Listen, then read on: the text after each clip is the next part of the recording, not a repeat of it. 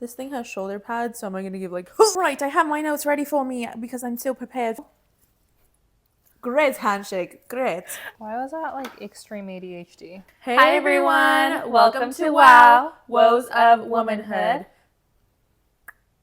Today we're continuing our Corporate Rizz series and we're going to be talking about interviewing. As you can see, I'm very well prepared here with my notes, hot, smart, rich things. So we have a lot of experience across us both interviewing for internships and for our full-time jobs. I've been in 3 full-time jobs, had several interviews for either part-time work or internships in the past as well. I've had 3 corporate jobs and over 40 interviews. So how do you even know that number? I don't even know that number. I was like, I've had a lot. Like, I don't know how So many. that's one of the tips I'm going to put in. Okay. Stay tuned. Sneak peek, sneak peek. All right. Well, we have a lot of great content to cover, so I think we're just going to jump right into it. Kind of structuring it based off of pre, during, and slightly post as well. I do want to give a little snippet here. We actually didn't say what our backgrounds were, and I think that might be helpful. So for me, primarily, I've worked in the tech space. I'm in product marketing now. But previously, I was in customer service and operations roles as well, like project management as well. Now I'm in product marketing. I have been in retail space, so sportswear.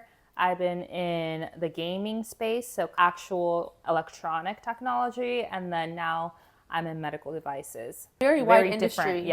Different industries. And for roles, I've been in digital marketing, business development, and then I'm currently in product marketing. So starting off with preparation. Mel, I'll kick it off to you to start. What do you do to prepare for an interview? What are your top tips for us? Research is the biggest thing. I go on to their company website. I look at what their mission statement is, what type of products, if you're going to a PM role, they have in their portfolio, what your role will be within those portfolios. Go into their social medias, news articles. I really look into the industry as well. What are the recent trends? I would look at the landscape as well, just to understand what has been occurring in the last few years. So when they ask you about why do you want to have this role and what do you like about this industry, you can go off talking about some of the histories and what piques your interest. Something I do want to add to that I have on my notes, what's really helpful for me if you're interviewing with a public company is getting their 10K report.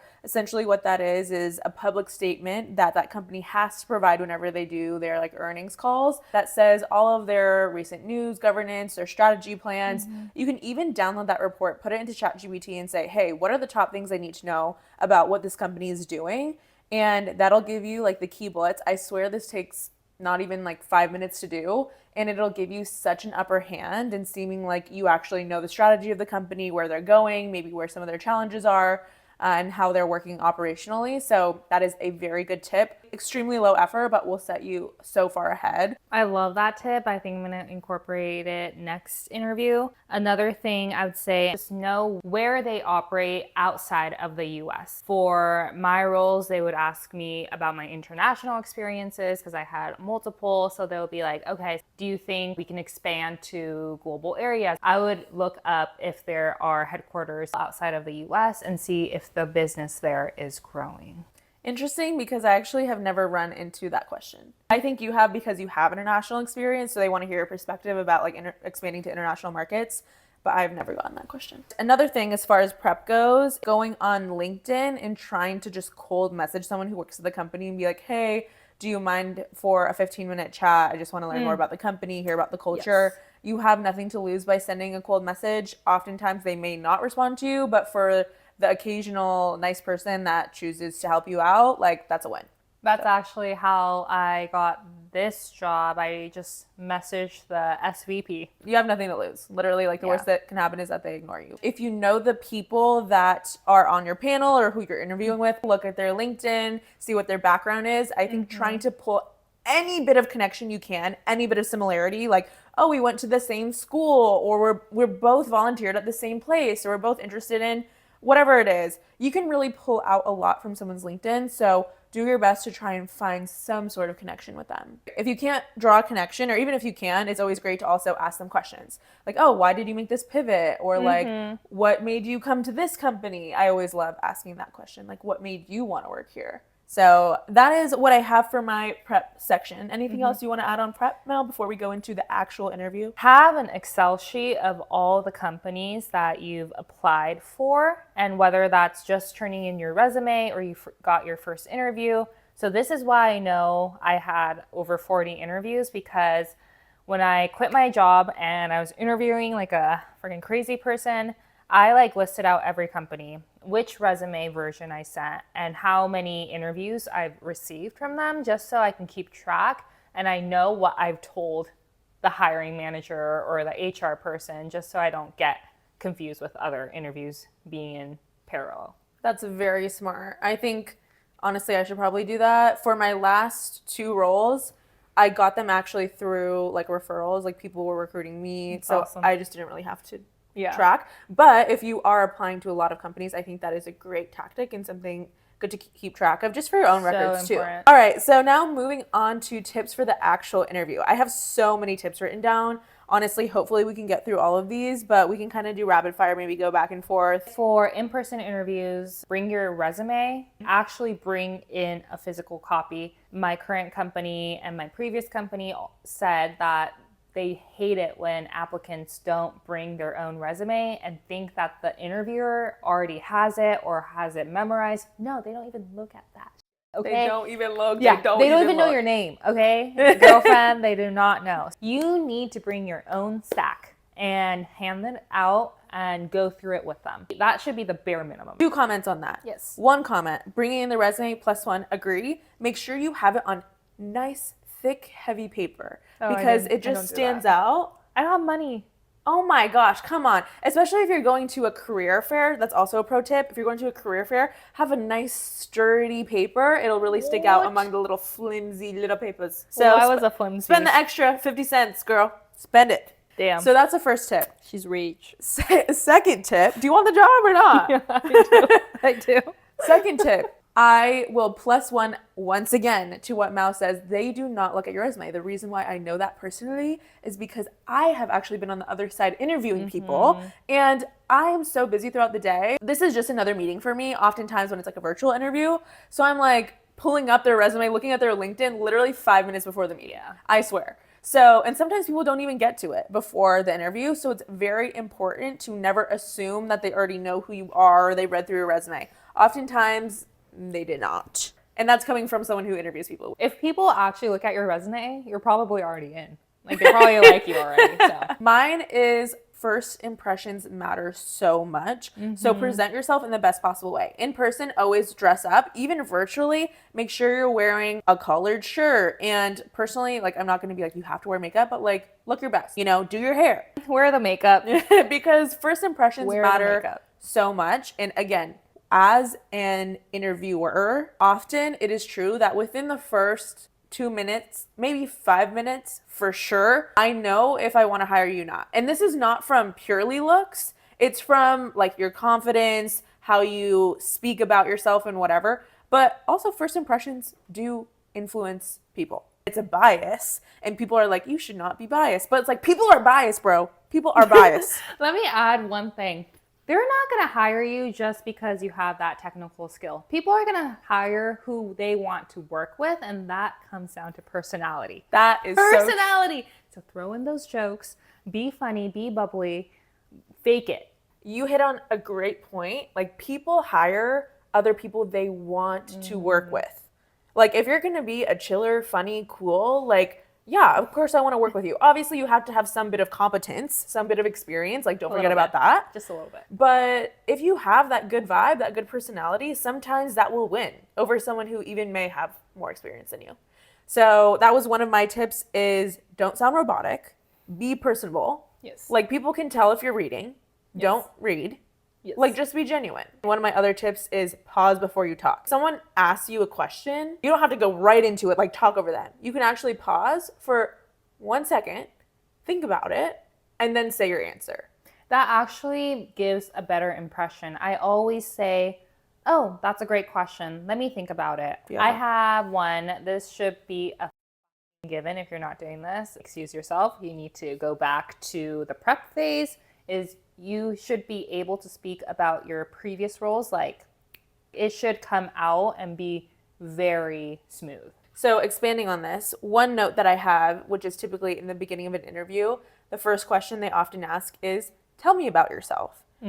This is not the opportunity for you to ramble every freaking thing of experience in your life.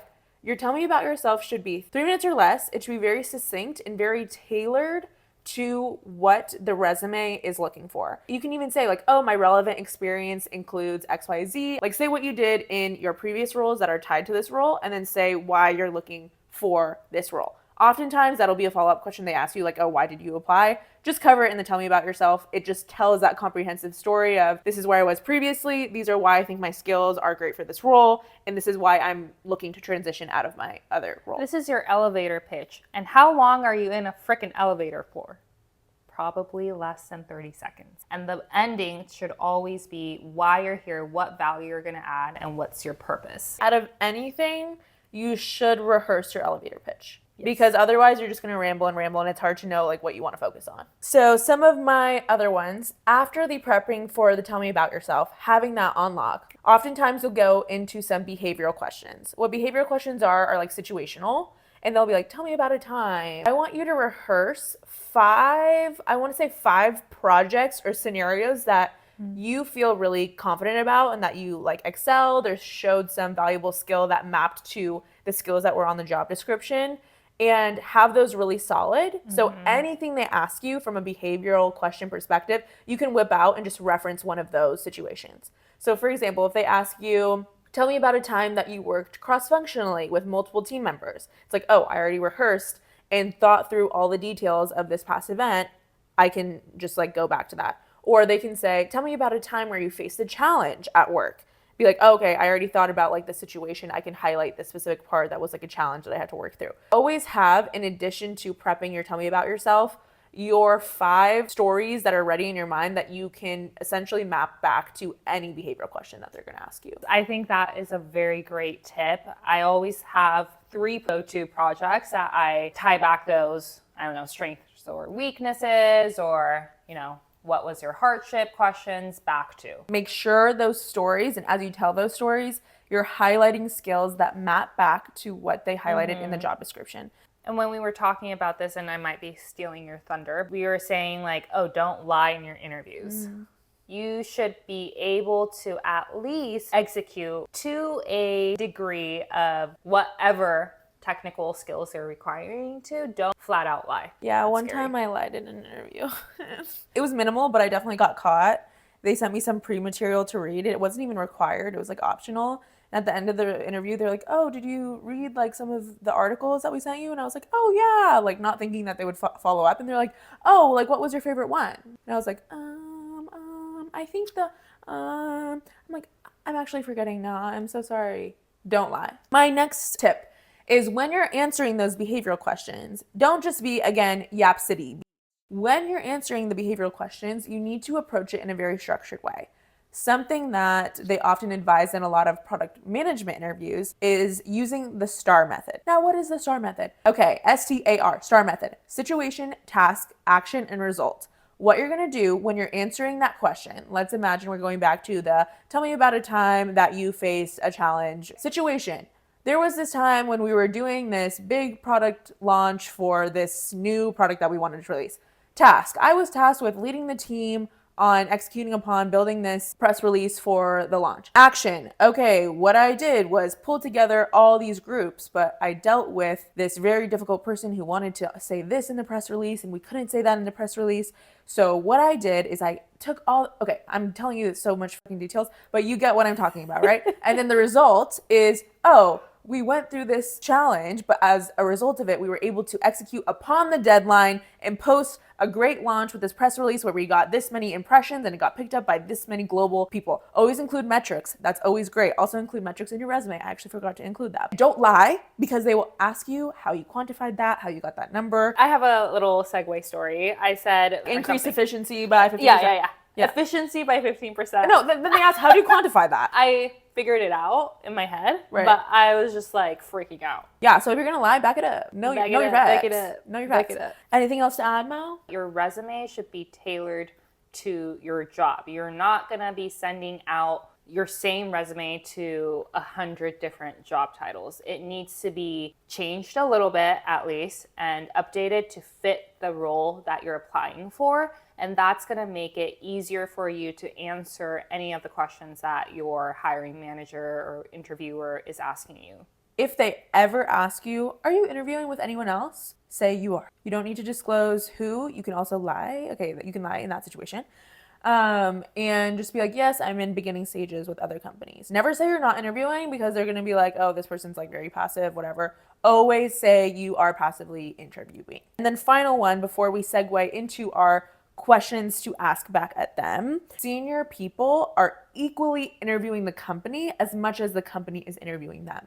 What I mean by that is you don't just want to go willy-nilly accepting any job. You truly want to understand what's the scope of the work that you're going to be doing. Is this tied to what you're really looking for? Is it going to be aligned to your cultural values, your work lifestyle? Like, what does the schedule look like for work? Like, all of these things are things that you should care about. And equally, as much as they want to learn about you, you should also want to learn about the company. So with that being said, at the end of the interview, they usually say, do you have any questions for me? Personally, I'm asking them questions throughout the whole freaking interview. Mao, what are some questions that you ask at the end of the interview when they say, do you have any questions for me? Can I back up a little bit? In the beginning stages of that interview, especially with your hiring manager, your direct boss, I like to scope out what their life outside of work is. And that usually tells me if they're going to be a great boss or if they're going to be so hardo, workaholic vibes. Like, do they have a family? Do they have a partner? Do they have Hobbies, maybe. hobbies? And that can tell you a lot about what role you're going into. For me, it's not about the role. It's about the culture. It's about the personalities. It's about my coworkers more than the work itself. Work is always going to be work. It's not going to be enjoyable. Like, I swear to God, it's not. Hopefully sometimes it is. Hopefully. But in corporate America, work is work. So that's why in the beginning, I like to just kind of poke around and see what their personality is like before I bring it back into the role. If I were to be talking with an HR person, so that initial phone screening, I like to ask about how the structure is of the organization and also the department I'm going into. So what roles and responsibilities are split apart, and that can give you, there's opportunities for growth. For HR, I keep it very simple. I don't go too in depth about the role itself, more about structure. But what is your thoughts? think that's really smart because, especially for product marketing, it's always important to know who you report up to. Sometimes marketing teams roll up into the product organization. Sometimes they roll up into the sales organization. Sometimes they roll up into marketing. Like, the type of marketing that you do and who influences what you do is very dependent on who you report up to. And that's very different at different companies. One that I had that's more of a like ramp question is, what does onboarding look like? And I think this is super important because some companies are very structured with it and have a very robust onboarding plan. Like, you're going to meet with these people, you're going to go do this training. Some companies are like free for all. You're thrown in and you're doing whatever we tell you to do. And I've been at both companies. I think when I was a little bit earlier in my career, I definitely appreciated the structure. As I got in more mature in my career, still appreciate structure, but often they expect you at more senior levels to just come in and like immediately be effective. My first management trainee role had a very, very strict onboarding process. That's what I thought was going to be for every role. Heck no. Heck no. After my management trainee position ended and I was an actual employee at this company, there was no onboarding. I was just told to speak to as many people as I needed to and understand. I'm like, who do I speak to? I don't know anyone. Yeah, they literally said speak to everyone and then understand your role through them. Bro, what? Right. Yeah. How am I supposed to understand I don't even know how to introduce myself at this point. I'm like, hello, I have to know my role through you. They're like, what do you do? And you're like, you tell me.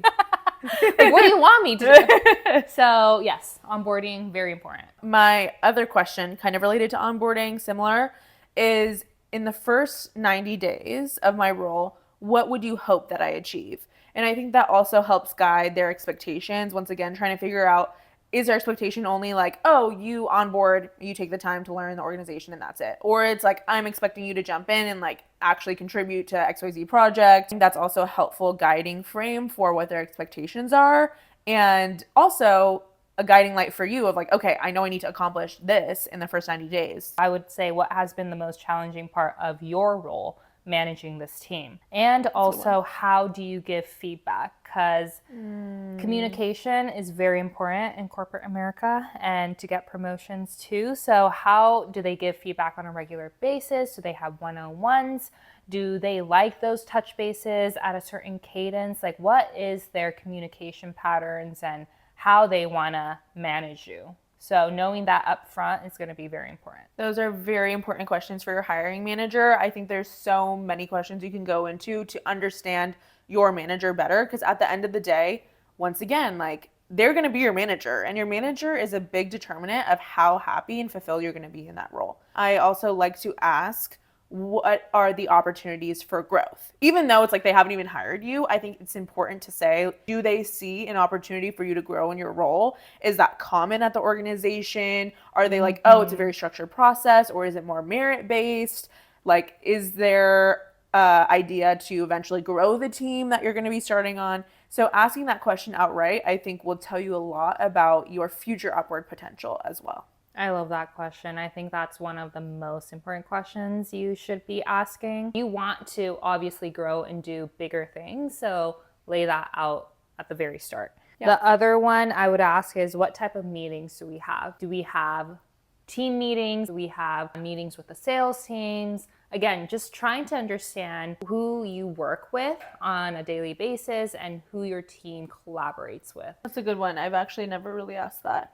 I feel like it's so different at different companies. So I was like, oh, I'll just figure it out along the way. But I guess that would be a good question. Maybe I would ask, like, who are the key stakeholders that I work with on a regular basis? Not so much the meetings. But I think that it's similar idea. Right. This is a question I always ask, and the hiring manager gets stuck on this. How is the roles and responsibilities split between the team members? And I think that can help you later on with your promotions, like saying that I've done this to your expectations and now I'm doing this more. Knowing that up front is going to be important. Yeah. Usually they don't have a clear-cut answer for that though. Yeah. Because everyone just works like this. Yeah. Quick tip on that though, save the job description, especially if you get the offer. Make sure you save the job description so you have a reference of everything that you've achieved, and hopefully you can get maybe the next position up job description and kind of like compare them. So that's a good pro tip. Yeah.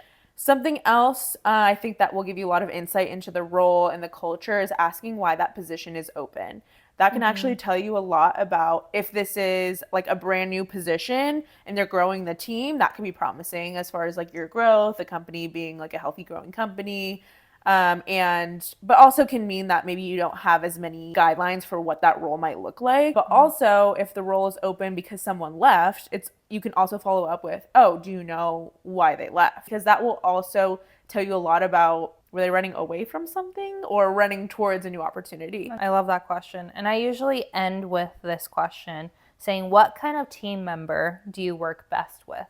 And that gives me an idea of what type of personality they're looking for and if that fits with mine. Mm-hmm. That's a good one, just especially if they're your manager, right? So you want to be able to meet them where they're at, where their communication style is, how they work best. Yeah. I think that's a really important one. And if it doesn't meet with your personality, then honestly, I wouldn't take it. Tying more into the question towards your hiring manager is, why did they choose to come to the company? It's their elevator pitch because you gave yours. Now it's their time. It's like, why did you choose? Yeah. I think there's so many more tips and tricks, but we hit on a lot of the main points. Hopefully this was helpful for you. And while you're on your interview journey, stay in tune with the Corporate Rizz series. We'll go into so many other pieces of corporate life. We already have one episode out on promotions. So once you get the interview, you get the job. Then you get the promotion. Then you get the promotion. So watch the promotion video, okay? Let us know down below if you want us to go into negotiating your salary, like corporate culture and dynamics. We have so much more we could get into. Okay, period. Corporate siren. So yeah, so much more to get into, but we hope you found this valuable and we wish you the best of luck. You got this. I believe in you. And we'll see you not next Thursday, but the Thursday after that. Bye.